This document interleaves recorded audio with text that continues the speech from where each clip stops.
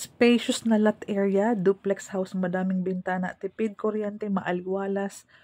Yun, si Pagsibol Village Premier, ayan, nagbabalik po ang ating favorite na duplex house na walang down payment, walang reservation, walang equity.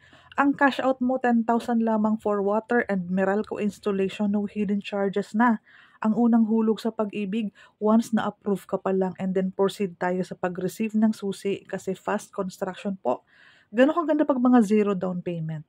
Wala kang kailangang bayarang installment na equity down payment or ano man ang binabayaran mo buwan-buwan habang inaantay mo yung paggawa ng bahay. Kay Pagsibol Village Premier, hindi po.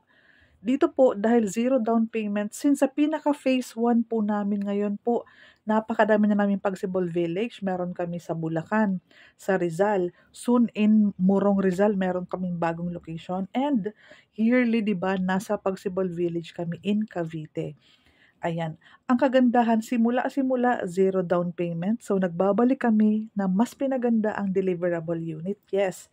Ang ating parking area, dating lupa, ngayon sementado na siya. Simula sa may harapan, yung part ng gilid ng lot area mo hanggang doon sa dulo, sementado na yan. Same pa din po ang lot area, 54 square meters pa din ang lot area niyan. Ang floor area, 45.5 square meters. Mas pinaganda dahil naka-tiles na po siya.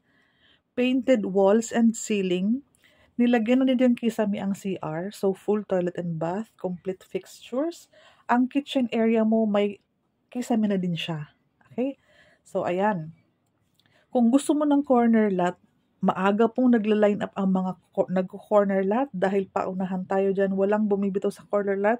Once naka-reserve at naka-avail na kami ng unit, so paunahan tayo sa corner lot. Okay? Para kung gusto mo mas bigger lot, 35,000 pataas ang basic salary, push natin yan.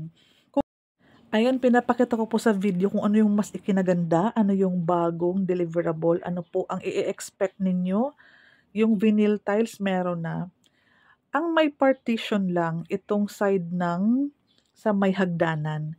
Pero yung division po ng pagkakahati ng 2 bedroom, kayo po ang maglalagay dahil para masunod yung alin ba ang gusto mong mas malaki, mas okay ba sa'yo, malaki ang master's bedroom compared dun sa isang bedroom.